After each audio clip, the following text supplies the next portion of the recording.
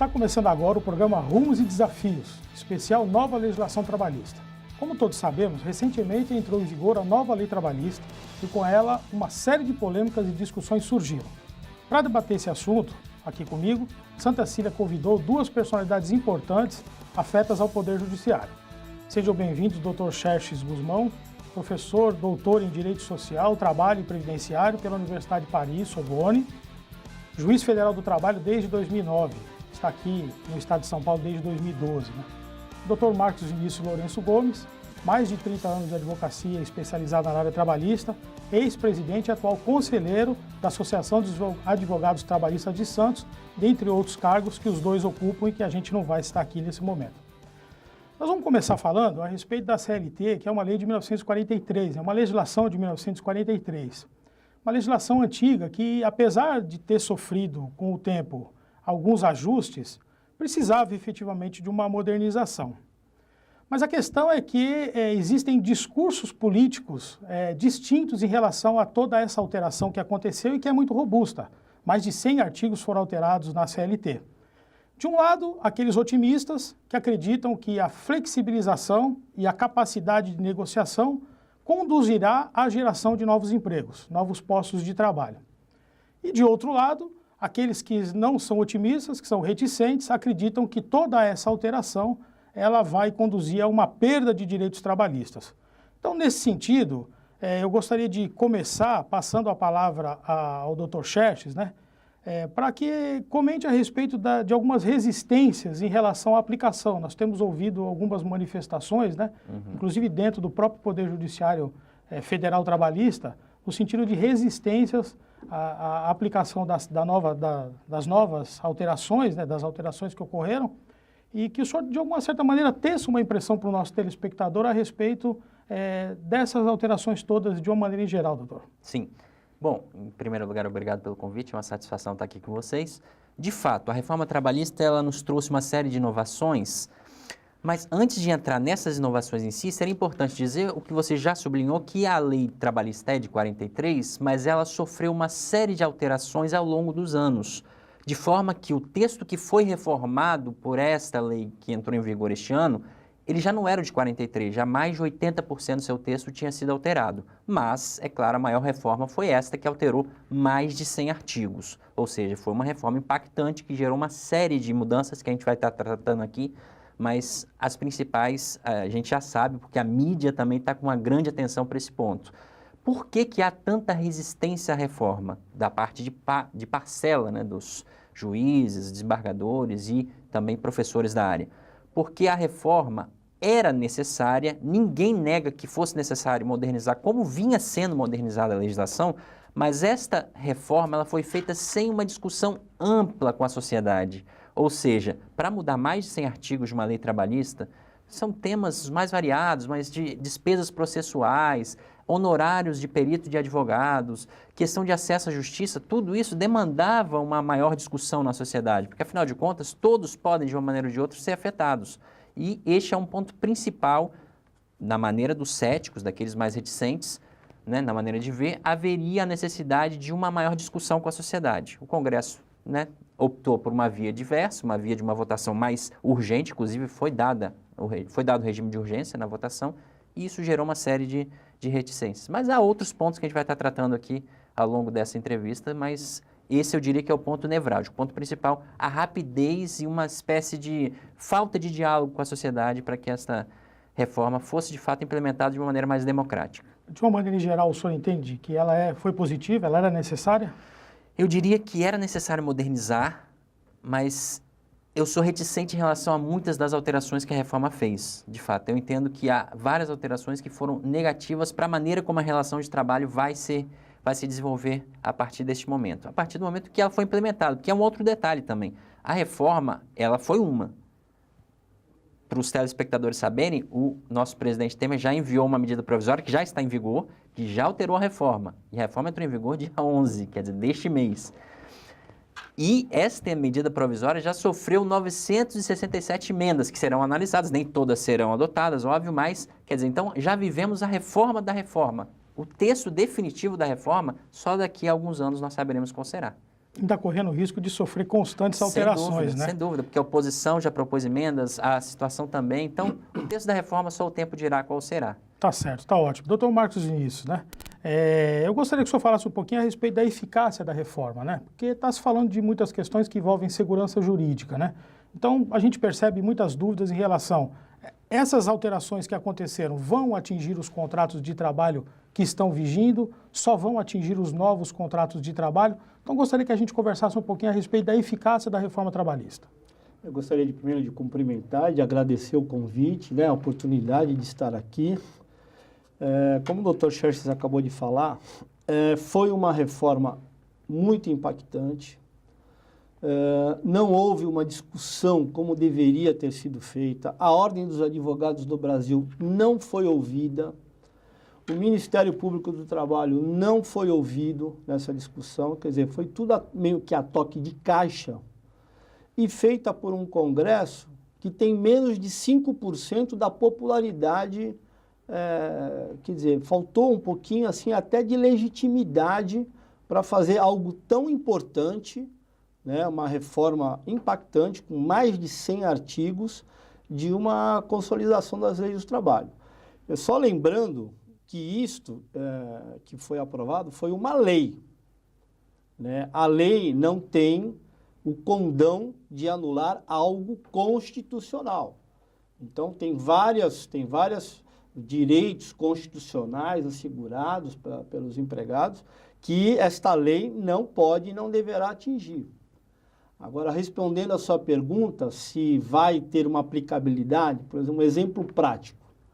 Nós temos o artigo 384 da CLT, que ele assegura que toda mulher que faça 1 hora extra, ela tem mais 15 minutos de intervalo.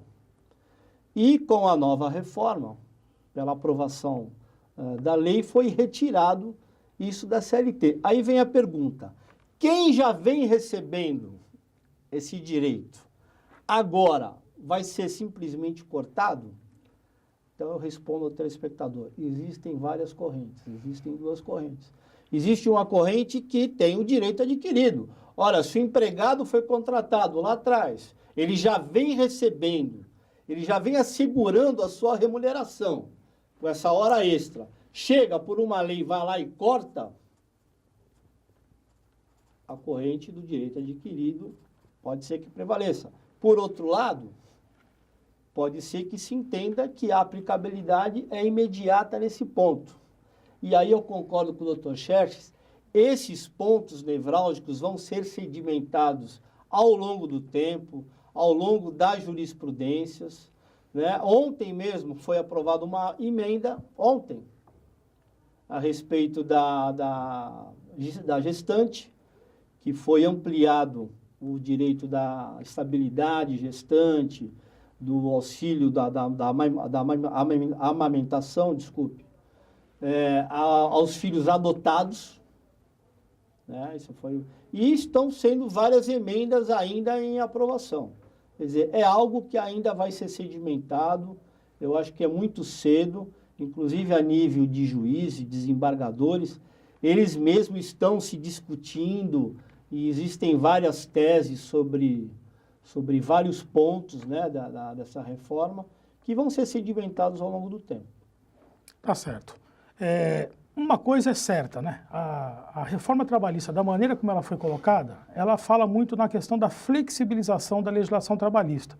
Isso implica numa negociação, em empregador e empregado conversarem entre si, né? E aí, há um dado, né, que de fato ele é relevante no nosso país, né? O nosso Brasil tem, segundo dados levantados em outubro do ano passado, 2016, o Brasil tem aproximadamente 15 mil sindicatos. Então, um país com pouco mais de 200 milhões de habitantes tem 15 mil sindicatos. E aí a gente vai lá para o Reino Unido, né, onde aconteceu a Revolução Industrial, os primeiros sindicatos surgiram, né, que é um país que tem aproximadamente 65 milhões de habitantes, tem 168 sindicatos. A gente olha a desproporção, né, de 200 milhões de habitantes e 15 mil sindicatos, e o Reino Unido, 65 milhões de habitantes, 168 sindicatos, aí você, telespectador, pode dizer assim, não, mas isso é uma realidade muito distante, a Europa, né? Então vamos falar da Argentina, que é um país aqui sul-americano, está do nosso ladinho. A Argentina tem 40 milhões de habitantes, 91 sindicatos. Então, quando a gente olha essa proporção, a gente percebe que algo de diferente acontece no Brasil e que não acontece nos outros países. Algo diferente. Nós não vamos entrar no mérito do bom ou do ruim, mas algo de diferente efetivamente acontece. E aí, a impressão que dá é que a questão do imposto sindical, que era obrigatório, descontado do trabalhador, né, da sua remuneração do mês de março, de alguma certa maneira, gerou uma acomodação e uma proliferação sindical. E em função da extinção do imposto sindical e agora da necessidade da negociação, essa comodidade do empregado vai ter que deixar de existir. Ele agora, para conquistar muitos direitos, para fazer valer os seus direitos, ele vai ter que sentar e conversar. Então, nesse sentido, eu gostaria de perguntar, doutor Schertz, o trabalhador no Brasil, no estágio atual, ele vai conseguir sentar com o patrão e conversar? Haverá uma depuração nessa quantidade de sindicatos? Sem dúvida, essa questão sindical é muito importante e tem um outro elemento que é importante a gente citar, é da unicidade sindical. O que seria isso para o telespectador entender? É que em cada base territorial e, obviamente, em cada setor, só pode haver um sindicato. Isso é previsto na nossa lei e na própria Constituição Federal, então não pode ter 2 sindicatos para o mesmo setor naquela área. O que isso gera? Isso gera uma disputa muito grande para ser este único sindicato, porque só ele vai receber o imposto sindical. E isso gerava, de fato, uma acomodação dos sindicatos, porque eles estavam ali estabelecidos, não tinham concorrência e recebiam um imposto que são bilhões de reais, né, somando todos os sindicatos do país. Com o fim da obrigatoriedade do imposto, isso vai gerar necessidade do sindicato atuar de forma mais efetiva para obter uma contribuição, essa sim voluntária, espontânea. Sem dúvida, porque aquele trabalhador que tem um sindicato que não é proativo, ele não vai pagar contribuição. Agora ele não é mais obrigado. No entanto, se ele perceber que o sindicato está defendendo seus interesses, vai voluntariamente contribuir para que o sindicato tenha mais força. Isso, sem dúvida, eu acho que vai ser uma evolução, sim, na nossa área. Doutor Marcos, né, eu pergunto, né, de alguma certa maneira, as empresas recepcionaram e se acomodaram também com essa ideia de que o trabalhador ele não precisa mais ser sindicalizado, né? Porque, afinal de contas, ele era descontado. Ele era descontado, o sindicato recebia, o sindicato, de alguma certa maneira, não precisa lutar para que o trabalhador seja sindicalizado. Qual vai ser a nova dinâmica em relação agora, a relação das empresas com os sindicatos? Se for possível, eu gostaria que o senhor deixasse claro para a gente, por exemplo, o que é uma convenção coletiva, o que é um acordo coletivo e o que é um acordo individual, que é o que vai acabar aflorando cada vez mais a partir de agora. Esse, na realidade, é um dos grandes temas dessa reforma da CLT, que é o negociado sobre o legislado. A grande dúvida que vem será que o empregado está preparado para negociar com o seu empregador? Será que ele tem o poder de, por exemplo, um empregado da Europa, dos Estados Unidos? Será que hoje o empregado brasileiro está ao nível de sentar de igual para igual com o seu empregador e negociar com os seus direitos? Esta é a grande pergunta, porque essa CLT, em vários pontos, ela dá o direito de se fazer um acordo individual com o empregado. E aí vem essa questão do sindicato, que vai ter que suar a camisa agora. Quer dizer, vai ficar a critério do empregado querer ser sindicalizado ou não. Se ele entende que o sindicato tem o poder de negociação, que vai dar um fortalecimento da relação dos seus direitos ou não. Se ele entender que não, ele não vai se sindicalizar. Né? E nos Estados Unidos, até pegando o gancho do Dr. Schertz, apesar da lei hoje brasileira de ter um sindicato para cada região, nos Estados Unidos, por exemplo, se pode ter 5, 10 sindicatos para cada base territorial. E aí cada um vai suar a camisa para dizer, olha, eu consigo mais coisa que você. E fazer automaticamente com que o trabalhador seja sindicalizado, exatamente, né? Exatamente. É importante ressaltar, né? O sindicato ele é importante porque ele congrega toda uma massa de trabalhadores que muitas vezes individualmente teria muita dificuldade para poder reivindicar direitos, né? Então, a partir do momento que a categoria se organiza e tem lá uma liderança eleita, constituída, legítima, né? Que vai em busca do empregador, senta numa mesa, expõe dificuldades, conquista benefício, isso de fato é uma coisa muito importante. A história sindical, ela é muito relevante para os trabalhadores, né? Ela vem lá das origens da revolução que culminou na segunda dimensão dos direitos humanos, que são os direitos sociais, a luta pela igualdade. Agora, o Brasil, de fato, tem uma realidade que é um fenômeno no mundo. Nenhum país no mundo tem tantos sindicatos quanto o Brasil tem. Se a gente fizer uma proporção aqui, a gente vai descobrir, né, como foi falado agora, muitos sindicatos. E agora, de fato, os sindicatos, como foi dito, eles vão ter que arregaçar as mangas e fazer com que, efetivamente, os trabalhadores concordem em ser descontados um dia do seu trabalho, né? Não vai ser mais aquele desconto automático. E tem também a questão da contribuição assistencial, quer dizer, o trabalhador efetivamente vai ter que valorizar aquilo que o sindicato está fazendo por ele para autorizar o desconto, né? Então a gente vai ter necessariamente uma aproximação dos sindicatos aos empregados, aos trabalhadores, o que talvez não estava acontecendo com tanta dinâmica como já aconteceu e como acontece em todos os lugares do mundo. E na verdade, Marcelo, o sindicato vai ter que fazer uma nova filosofia até de credibilidade.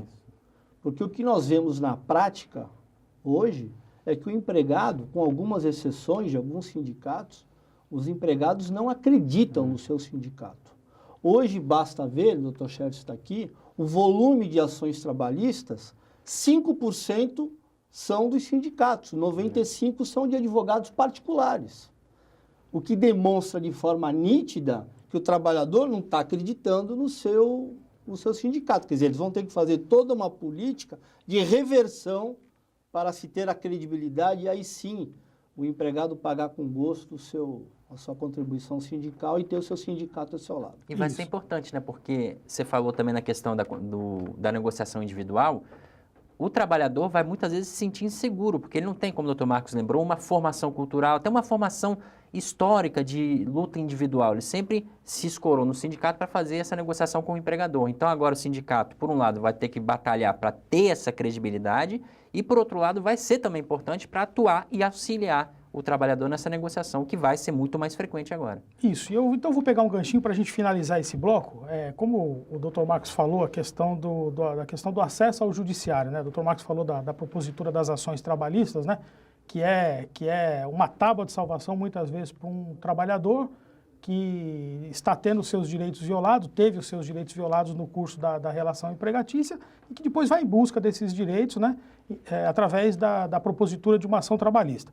Nós temos dados recentes, né, de que nesse período já de vigência da nova reforma trabalhista, desde aí do comecinho, da primeira dezena do mês de novembro, né, caíram muito as proposituras de ações trabalhistas. É óbvio que dá para a gente até entender que é um processo de adaptação, mas o fato é que uma das alterações da legislação trabalhista agora é a questão da sucumbência recíproca, né? Então gostaria que nós terminássemos esse bloco falando a respeito disso. A Justiça do Trabalho agora, ela vai ficar mais justa? Não a Justiça em termos de poder judiciário decidindo e sentenciando, mas os próprios advogados, na hora de proporem as ações, eles vão ter que ser mais coerentes, não é isso, doutor? Sim. Na verdade, eu acho que há dois elementos nessa pergunta. Um é, de fato, um excesso de pedidos que havia antes. Não é que os advogados não pensassem no que seria devido, é que eles, na dúvida, pediam, porque não havia justamente a sucumbência recíproca. Hoje, com essa nova regra, sem dúvida, isso é certo que vai ocorrer. Das poucas coisas certas na reforma é essa. Vai cair o número de pedidos por ação, porque aqueles pedidos duvidosos deixarão de ser apresentados, porque poderão gerar essa sucumbência, só para o telespectador entender, pagar honorários para outra parte que antes o trabalhador não tinha que pagar. Mas outro elemento que me parece bastante questionável da reforma é o fato de que o trabalhador, mesmo quando apresentar um rol mais enxuto de pedidos, ele pode não ter acesso à justiça porque ele vai ter que pagar custas, vai ter que pagar muitas vezes honorários da outra parte porque simplesmente não conseguiu provar os poucos pedidos que ele apresentou. E a gente tem um exemplo recente, eu não posso criticar exatamente a decisão do colega, porque não é ético, mas um exemplo que foi divulgado pela mídia, por isso que eu menciono. Logo após a vigência da reforma, houve uma decisão de um colega da Bahia que multou o trabalhador por litigância de má-fé, custas e honorários, conta total R$ 8.500. E se trata de um pequeno lavrador que hoje está desempregado, obviamente não terá como quitar esses R$ 8.500. Então, eu acho que era necessário haver uma depuração, de fato, né? A realidade era essa, 30, 35, 40 pedidos numa mesma ação como regra. Isso realmente estava exagerado. Mas, por outro lado, também para trabalhadores que muitas vezes estão desempregados, é a maioria dos que entram na justiça. Cobrar R$ 8.000 de despesas gerais não me parece razoável. Doutor Marcos Vinícius, né? A sua contribuição também em relação a esse assunto, né? A maneira como os advogados trabalhistas propunham as ações, né? Como a gente fala na gíria popular, né? Abrindo uma metralhadora, né? Uma metralhadora ambulante. E, por certo, muitas vezes, o próprio trabalhador, né? O autor da ação, muitas vezes ele não tem um conhecimento técnico, ele está nas mãos de um profissional. Esses abusos, agora, com a nova legislação, vão ser coibidos.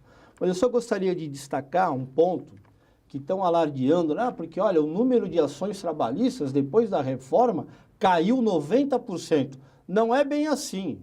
O problema é que todos os escritórios de advocacia, antes da promulgação da reforma, ingressaram com as suas ações. Eu mesmo com o meu escritório, eu tinha 60 e pouco. Entrei na sexta-feira, quer dizer, não tem mais nenhuma ação para entrar. E isso aconteceu com a maioria dos advogados trabalhistas. Então, claro que caiu o número de ações. Caiu mesmo porque já interpuseram antes da promulgação da nova lei. Então, até é importante que aí nós estamos fechando o bloco com o comecinho dele, né? Então, por uma questão de eficácia das normas, as ações que foram propostas antes da vigência da nova reforma trabalhista vão seguir as regras processuais anteriores. E, automaticamente, as novas vão ter que sujeitar as novas regras processuais. Em tese, é uma das polêmicas. Essa é uma das polêmicas. Aí eu volto. Tem duas correntes. Duas correntes, exatamente. Então tá ótimo. Então olha só, nós vamos chamar o intervalo e daqui a pouco a gente continua com esse importante debate.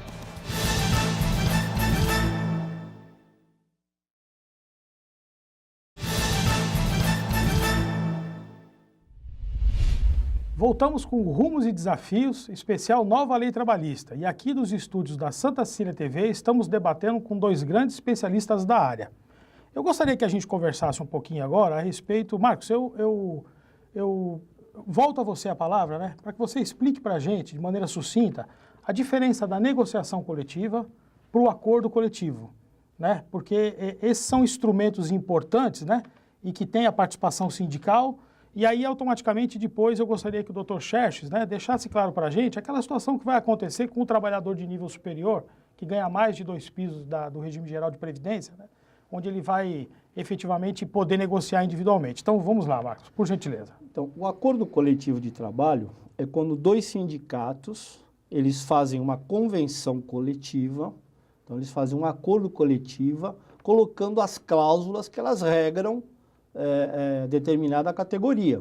É feito um acordo, os sindicatos assinam, é registrado no Ministério do Trabalho, é colocado no mediador, e é feito um acordo coletivo de trabalho. O dissídio é quando não existe um acordo, né? Então o sindicato dos empregados ele pleiteia alguns direitos, dos empregadores não concorda e vai para o tribunal julgar. E aí há uma decisão de dissídio coletivo. E havia um entendimento, né, de que todas as vezes que um caso ia parar no dissídio, de alguma certa maneira, o tribunal garantia as conquistas da convenção coletiva anterior, não é isso? A figura dos precedentes normativos, ou seja, se já vinha concedendo essas vantagens, o que já havia sido concedido antes, normalmente os tribunais eles mantêm até como forma de precedentes normativos. E aquela perspectiva da empresa negociar com o sindicato? Quer dizer... O doutor deixou claro, né? A convenção coletiva é o resultado da negociação entre o sindicato dos empregados e o sindicato dos empregadores e tem a perspectiva da negociação da empresa com o sindicato, com certeza, mas sempre colocando em mira que esse acordo da empresa com o sindicato não pode ser menor do que a convenção no seu âmbito geral. Ele pode fazer algumas modificações, mas ele não pode retirar direitos do que uma convenção já estipulada de um modo geral.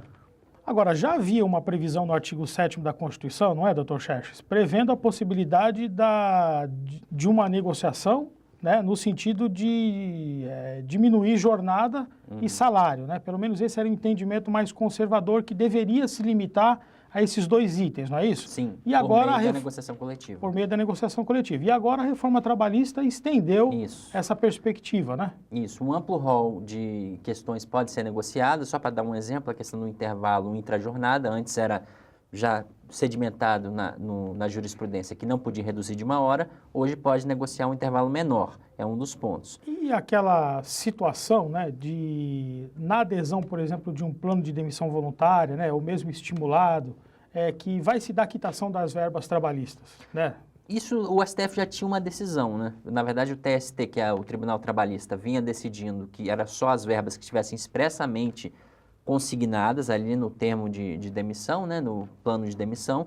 Hoje passa a haver uma consolidação pela lei também dessa previsão, de que passa a haver uma quitação geral das parcelas do extinto contrato de trabalho, como a gente disse. Então mudou também essa questão por conta de uma decisão do STF, que foi uma posição consolidada na lei. E aí a gente vê a importância da negociação, né? Porque se o empregador chega lá com um plano de demissão voluntária, estimulado, né, e coloca uma cláusula dessa, e o empregado percebe que é exagerada, que ele não vai dar quitação de todas as verbas, ele até tem a intenção de aderir, mas existe um histórico de direitos que ele pretende perseguir, quer dizer, ele não vai aderir ao plano de demissão, e o plano de demissão não vai vingar. Então a gente percebe, né, a importância da negociação, a importância de sentar. E a grande dúvida que surge é, o empregado vai estar em condições de fazer essa negociação? Essa é a grande pergunta que se faz. Exato. Inclusive, esses empregados, que são uma minoria, que ganham acima de 11 mil, ele pode fazer um acordo, com o empregador do jeito que as partes deliberarem. Inclusive com um reajuste salarial menor do que o estipulado em uma convenção coletiva de trabalho. Isso é importante mencionar. E é bom alertar, né, a essas pessoas que, muito embora às vezes são executivos, mas em aspectos trabalhistas ele não tem aquela experiência. Se ele assinar um documento do acordo, colocando as condições que ali estão, ele não vai poder pleitear nada do que foi efetivamente acordado. E aí na questão do bom senso, né, você vê a importância, por exemplo, de contar com a ajuda de um especialista nessa área, né? Quer dizer, dele ter um advogado para que lhe auxilie nessa tratativa. E a gente vê o bom senso, né? Quer dizer, eventualmente o empregado ter que abrir mão de algum direito, mas ao mesmo tempo, de alguma forma, ser compensado, por exemplo, com a garantia do emprego por um determinado período, salvo em situações de justa causa, né? Quer dizer, a busca de um ponto de equilíbrio, que é o que a gente vai acabar vendo nos desdobramentos que vão surgir, né? A orientação é consulte sempre um advogado. Isso é. E certamente isso é muito importante mesmo, né? Eu gostaria que a gente conversasse um pouquinho aqui também, Dr. Xerxes, vou pedir para o senhor essa ajuda, né? Sim. No sentido de que a gente fale sobre os tipos de contrato de trabalho, né? Em regra, o contrato de trabalho ele é por prazo indeterminado, né? Que nem casamento. A pessoa quando vai lá celebra, não está vislumbrando uma perspectiva de final. Depende, no artista já vê. Agora existem outros modelos de contratos de trabalho, como por prazo determinado, temporário e agora o de trabalho intermitente. Então, se for possível, de maneira bem objetiva para o nosso telespectador, se eu puder dar uma passada nos modelos contratuais. Tradicionalmente era esse contrato a prazo indeterminado, ou seja, sem prazo para acabar, só poderia ser rompido por iniciativa de uma das partes, ou o empregador dispensando o empregado com ou sem justa causa, ou o próprio empregado pedindo demissão, ou uma hipótese que é mais rara de rescisão indireta, quando ele entendia que o empregador estava fazendo algo que não justificava a sua continuação ali na empresa.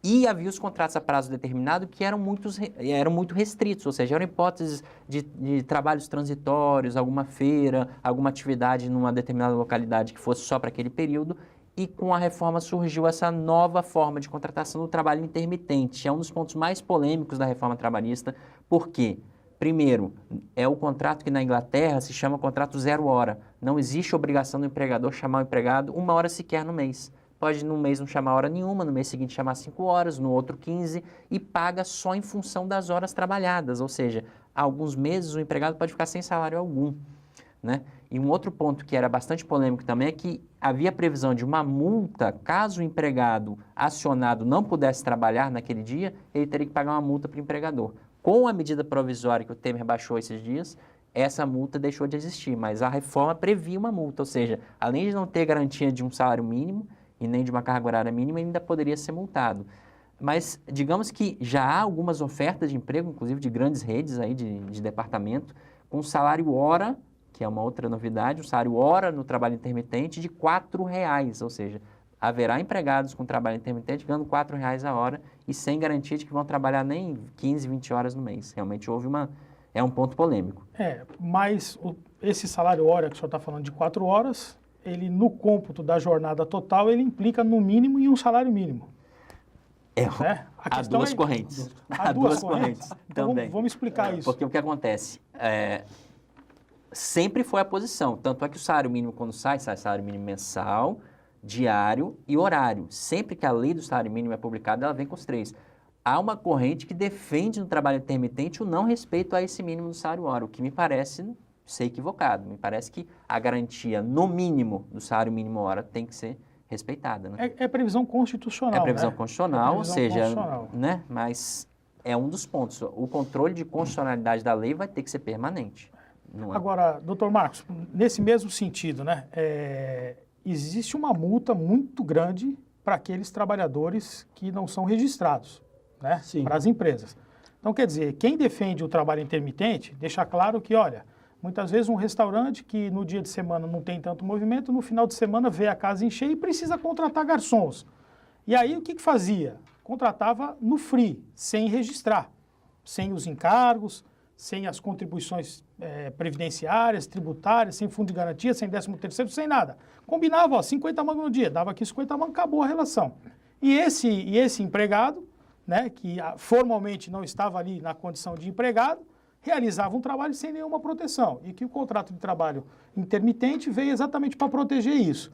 Mas, por outro lado, eu gostaria... foi uma grande chance, né, de acabar com o informalismo dessa relação. Acho que o trabalho feito dessa forma, ele retira, né, a informalidade, que como você colocou, eu te dou R$100, quer dizer, o INSS não recebia nada, não havia uma formalização, isso é ruim para o empregado também, porque ele, na hora de se aposentar, vai sentir falta, né? E acontecia muitas vezes na prática, como você colocou, em restaurantes, hotéis. E eu acho que agora é uma grande chance de retirar da informalidade e realmente colocar a nossa orientação. Eu sou advogado dos hotéis, do Sindicato dos Hotéis. A nossa orientação é de acabar com isso e de realmente registrar.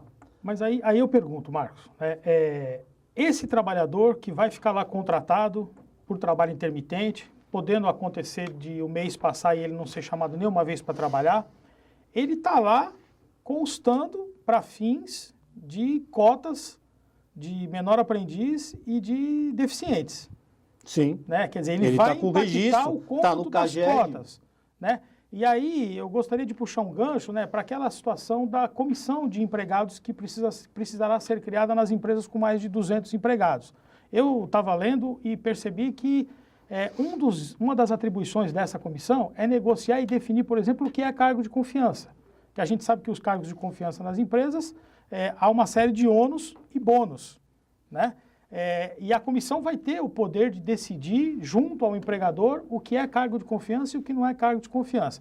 E a gente sabe também que os cargos de confiança não entram no cômputo da cota de menor aprendiz, mas o trabalhador intermitente vai entrar. Quer dizer, a gente está diante de situações que, se por um lado se apresentam como solução, por outras vão gerar consequências para as empresas, né? Com certeza, com certeza. E esse do cargo de confiança é muito bom colocar, porque às vezes, você é empregado de confiança, mas não é assim. Para o empregado ser considerado cargo de confiança, ele precisa de uma série de requisitos. Né? Hoje, toda a jurisprudência afirma que para o empregado ter cargo de confiança, ele pode ter decisões como se empregador fosse. Não é bem assim. Hoje se coloca gerente, você é meu gerente. Mas na realidade não é assim. A cargo de confiança, ele tem poderes de admitir, dispensar funcionário, cobrar, fazer com que o empregado, advertências para o empregado. É como se o empregador fosse. na realidade. Então, Interessante, precisa né? tomar muito cuidado com isso. São temas polêmicos que a gente está vendo aqui a respeito da reforma trabalhista. Eu gostaria que a gente explicasse também para o nosso telespectador essa questão da jornada 12 por 36. Né? Doutor, qual era a sistemática antiga e qual é a nova sistemática? A jornada 12 por 36, ela viveu uma longa batalha judicial antes da reforma. De início, havia uma forte resistência da parte de muitos juízes, porque consideravam que a jornada de 12 horas seria extenuante, mesmo se descansando 36, e especialmente se considerado que os trabalhadores desse setor, área de saúde, área de vigilância, normalmente têm um segundo emprego. Ou seja, de fato, eles trabalham no 12 por 12. 12 um dia, no dia seguinte em outra empresa, 12. Mas a jurisprudência ela caminhou no sentido de validar a jornada 12 por 36, porque considerava que 36 horas de descanso, em tese, né, compensariam as 12 de jornada. E por meio da reforma houve uma generalização, que era no fundo o que a jurisprudência já vinha admitindo. Só que, de novo, a medida provisória limitou a possibilidade de acordo individual, que antes era genérica, só para o setor de saúde. Então, a gente está vivendo já a reforma da reforma. Sempre que a gente fala agora da reforma, tem o que a reforma fez?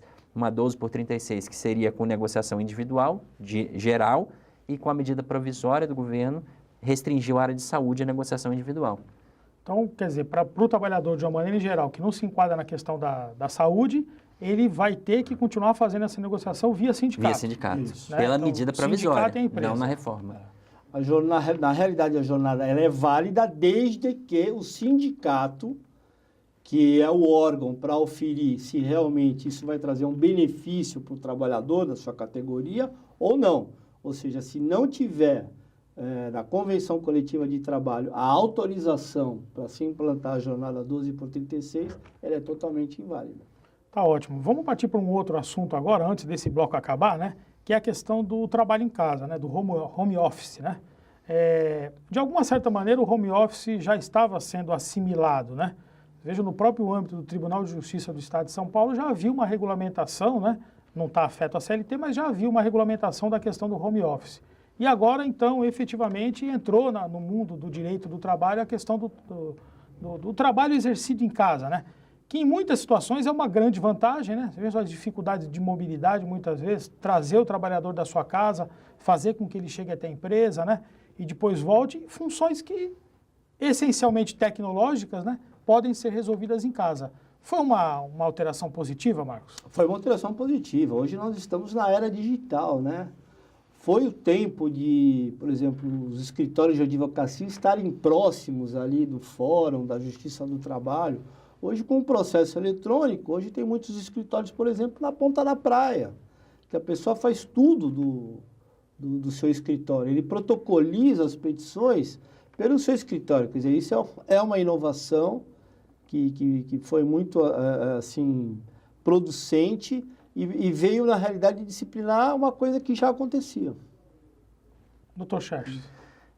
Existe mais um ponto polêmico nessa questão do home office, que é a exclusão das horas extras, né? Antigamente era possível se provar do controle, e aí como é que se faz o controle do home office? Não tem aquele empregador ali do lado. Era pelas novas tecnologias, o artigo 6º da CLT tinha até sido alterado recentemente, antes da reforma, permitindo que, por exemplo, câmeras, webcams, ou aqueles softwares que permitem o controle do acesso que o empregado faz de casa a que tipo de sites. Se houvesse um controle efetivo da jornada do empregado, ainda que em sua residência, se permitir o pagamento de horas extras, com a reforma isso é eliminado, ou seja, parte do pressuposto que esse controle não seria possível, teríamos então um trabalho, claro, com o salário, com as metas, tudo que é habitual no emprego, mas sem essa possibilidade das horas extras. É uma das polêmicas da reforma.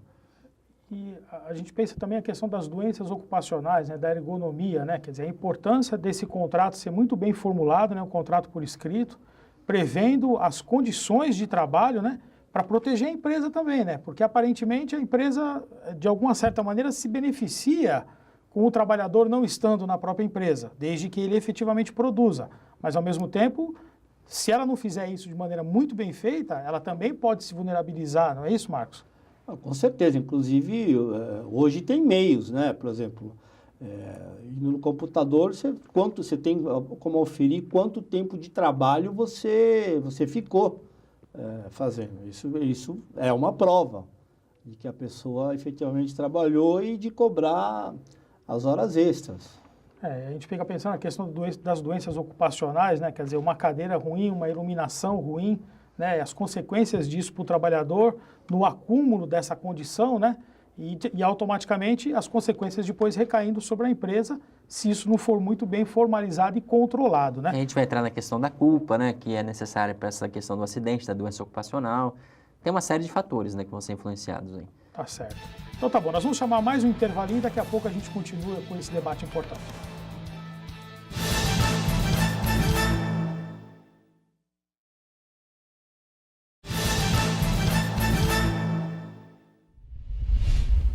Voltamos com o último bloco do Rumos e Desafios, especial Nova Lei Trabalhista, e aqui nos estúdios da Santa Ceia TV estamos debatendo com dois grandes especialistas da área. Nós vamos começar esse bloco falando a respeito da terceirização, né? Então havia uma polêmica em relação à atividade fim, né? Que foi resolvida com uma alteração de legislação mais no início do ano, né? Mas, no entanto, agora a reforma trabalhista prevê a questão da quarentena, não é, doutor? Sim. Na verdade, essa lei do início do ano, ela não era muito clara, né? Apesar de ter sido divulgada na imprensa de que tinha permitido a terceirização em qualquer atividade, se a gente lesse a lei, ela não era expressa, ela subentendia essa permissão. Agora ficou realmente possível a terceirização, a quarteirização, e isso gera uma série de discussões sobre a responsabilidade do tomador de serviços e do prestador. Se há um acidente de trabalho desse terceirizado, desse quarteirizado, de quem é a responsabilidade? A gente vai ter uma série de questões a serem invocadas aí ao longo do tempo. De novo, a jurisprudência que vai acabar sedimentando uma posição, mas não é uma questão simples. As empresas vão poder terceirizar agora, Marcos, é isso? Eu entendo até que sim. O grande problema da terceirização, e o Dr. Xerxes abordou um ponto essencial, você terceirizando a sua atividade fim, na realidade você não vai fugir da responsabilidade do empregado. Porque o que a gente vê na prática é que as empresas terceirizadas volta e meia quebram ou ficam insolventes. E aí o que acontece? A empresa contratada se responsabiliza por todo o empregado, por todo o passivo trabalhista. Uma responsabilidade e as subsidiária. contas geralmente são altas. Mas é uma responsabilidade subsidiária, é isso? Subsidiária. Não é solidária. Não é solidária. Ela é subsidiária. Mas se o principal não tem como responder, automaticamente vai para a empresa tomadora. Agora, doutor Xerxes, né? Qual é a vantagem para a empresa e qual é a vantagem para o trabalhador, se é que ela existe, na terceirização? Para a empresa é redução de custos, né? Porque há estudos que indicam que um terceirizado custa menos que o empregado próprio. Para o trabalhador acaba não sendo nenhuma, porque ele, na verdade, recebe um salário menor, em regra, do que o não terceirizado, e com uma incidência maior de acidentes de trabalho, por exemplo. De novo, as estatísticas mostram que terceirizados sofrem mais acidentes do que não terceirizados, justamente pelo que o Dr. Marcos falou, porque normalmente são empresas que não têm aquele capital de giro tão grande, não têm tanta preocupação com as normas de segurança do trabalho, então a tendência é que sofram mais acidentes ou adquiram mais doenças. Agora, por outro lado, a terceirização, né? Muitas vezes você vai contratar uma empresa que é especializada, né? E você, na sua atividade fim, você não é tão especializado naquilo, né? Para as empresas, como o Dr. Xerxes colocou, há uma economia, inclusive de encargos, né? E também o trabalho, né? Você tem todo um departamento pessoal para gerir aquele empregado, tem toda uma sistemática. Mas eu realmente tenho muito medo da terceirização, porque o que a gente vê na prática é que são muito raras as empresas terceirizadas que acabam honrando até o final do contrato com os seus empregados. E aí sobra para a empresa que tome, e ela fica numa situação muito frágil, porque ela não tem os documentos dos empregados, ela não tem nem como oferir uma defesa num processo do trabalho. Agora, falou-se aqui da questão dos custos, né? Mas vou citar como exemplo a Embraer, né? A Embraer é especializada em construir avião, né? Ela terceirizar, por exemplo, a área de segurança, que não é necessariamente a expertise dela, né? Pode ser uma coisa interessante, não só por uma questão financeira, mas às vezes pela expertise mesmo, né? Sem dúvida. A terceirização em atividades específicas, serviços especializados, ela é positiva para todos, porque ela gera uma melhor qualidade do serviço prestado. O problema é haver essa generalização da terceirização, inclusive para atividades fim. Tem um exemplo clássico, né? Numa empresa de aviação aérea, terceirizar o piloto. Quer dizer, imagina o risco para todos que vão trafegar aí nessas nossas viagens pelo um país continental como o nosso com um piloto terceirizado. O senhor deu um típico exemplo de atividade fim. Isso. Quer dizer, terceirizar a atividade fim. Atividade né? fim de um piloto. Mas o fato é que hoje a legislação ela permite que seja terceirizada até mesmo a atividade fim das empresas. Pela reforma, sim. Pela reforma reforma, trabalhista, sim. Tá certo. Vamos falar um pouquinho a respeito das férias, né? Porque as férias elas tinham que ser concedidas 30 dias, continuam sendo 30 dias, mas agora há uma flexibilidade maior no parcelamento dos dias, não é isso? Então vamos explicar isso para o telespectador, doutor Marcos, por favor. Isso foi uma inovação por essa nova reforma, mas há muita resistência relativa a isso, porque há estudos que o trabalhador precisa ter o descanso psicossomático de 30 dias, ou até de 20 dias corridos, para que ele possa realmente aguentar mais um ano de trabalho. Com a flexibilização se pôde parcelar. Isso nós vamos ver o reflexo daqui a alguns anos, com doenças ocupacionais, doenças do trabalho, porque isso vai desgastando o trabalhador. Pode parcelar, um dos períodos tem que ter no mínimo 15 dias, não é isso? E os outros dois no mínimo 5. Sim. Né? Mas o fato é que a determinação desses períodos continua sendo do empregador, não é isso, doutor? Exatamente. E aí é que gera toda a polêmica, porque o empregado acaba não tendo essa possibilidade de fato optar. Além da questão de saúde, que o doutor Marcos abordou, tem essa questão da opção, que acaba não sendo dele e vira uma questão muito polêmica. Mas a questão do parcelamento, ele pode não concordar, né? A lei lhe dá esse direito. Se ele situação, vai ter o peito de fazer isso, são outros 500, né? Por exemplo, a gente fala das férias e a gente, no bloco anterior, tratou do acordo individual. Há empresas hoje que estão fazendo adendos contratuais para inserir as cláusulas da reforma, justamente para não inserir naquela questão do aplica ou não aplica a reforma para os contratos que estão em vigor. O empregado, a rigor, pode não assinar, mas se ele não assinar, qual a provável consequência? Então, se ele não aceitar parcelar as férias, a gente sabe qual é a provável consequência, né? Eu tenho uma dúvida, né? Eu vou colocar para os senhores aqui de supetão, mas acho que é interessante, né? Se o empregado resolver parcelar as férias, então ele tira os primeiros 15 dias num determinado período e programa os outros 15, vamos falar em 2 períodos até para simplificar. O pagamento dessas férias também será parcelado? A obrigação, né? O pagamento com mais 1/3, né? Aquele pagamento antecipado, ele será parcelado? Também. Será parcelado, quer dizer, ele não vai acontecer todo de uma vez só, para o gozo porque a ideia é para o gozo ser um acréscimo salarial que lhe permita viajar e estar realizando as despesas na viagem. É mais trabalho para o departamento de pessoal, né? E agora com a entrada do E-Social, não é brincadeira, é mais mão de obra para os encarregados do departamento de pessoal, né? Vamos falar um pouquinho a respeito de horas extras, né? Existe uma previsão, aquilo que além da jornada existe um limite, né? E essa hora ela é premiada, né? Ela tem um acréscimo de no mínimo 50%, né? E agora já se falava, mas hoje está oficializada a questão do banco de horas, inclusive com a questão do acordo individual, né? Sem a necessidade da participação do sindicato. Gostaria que a gente falasse um pouquinho isso, explicasse para o telespectador, tem um limite máximo para poder compensar esse banco de horas, não é isso? Isso. O limite é de 6 meses, mas é importante colocar no banco de horas, não pode ser ultrapassado 2 horas extras. Ele tem que fazer até 2 horas extras. Se ele fizer mais de 2 horas extras, quebrou o banco. Já não pode haver mais o banco. Isso foi uma inovação também. Você pode fazer um acordo individual com o empregado e você pode compensar num período de 6 meses. A gente coloca, por exemplo, um hotel. Santos é uma cidade turística, um hotel, um restaurante. É claro que tem os volumes das temporadas, né? Quer dizer, você tem um sistema que você pode compensar por um período de 6 meses. Mas é importante falar que não pode ultrapassar 2 horas extras por dia. Doutor Cher, o senhor acha que isso foi positivo para o trabalhador? Olha, poucas alterações acabaram sendo positivas para ele, né? Para a gente ser bem sincero.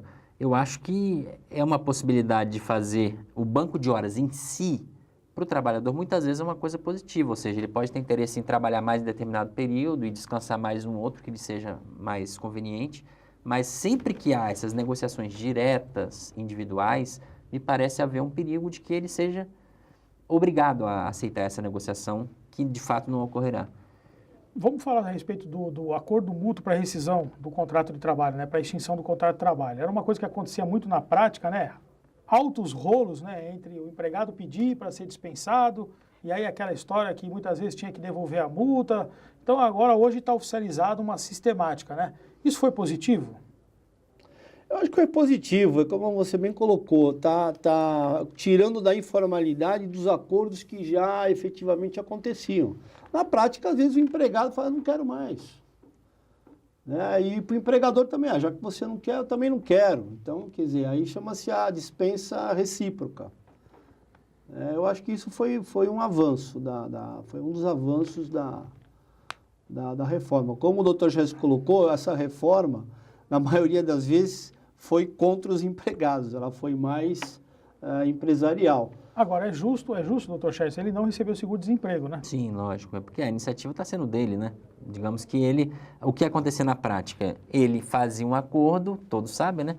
Simular uma dispensa imotivada e devolver a multa do FGTS. Não é correto, isso é ilegal. Então, que haja esse acordo mútuo, isso é uma coisa positiva, sem dúvida. Agora, desde que seja um verdadeiro acordo. Os dois querem romper o contrato, não quer haver uma iniciativa para não se perder as vantagens de cada lado e é um acordo mútuo para rescisão.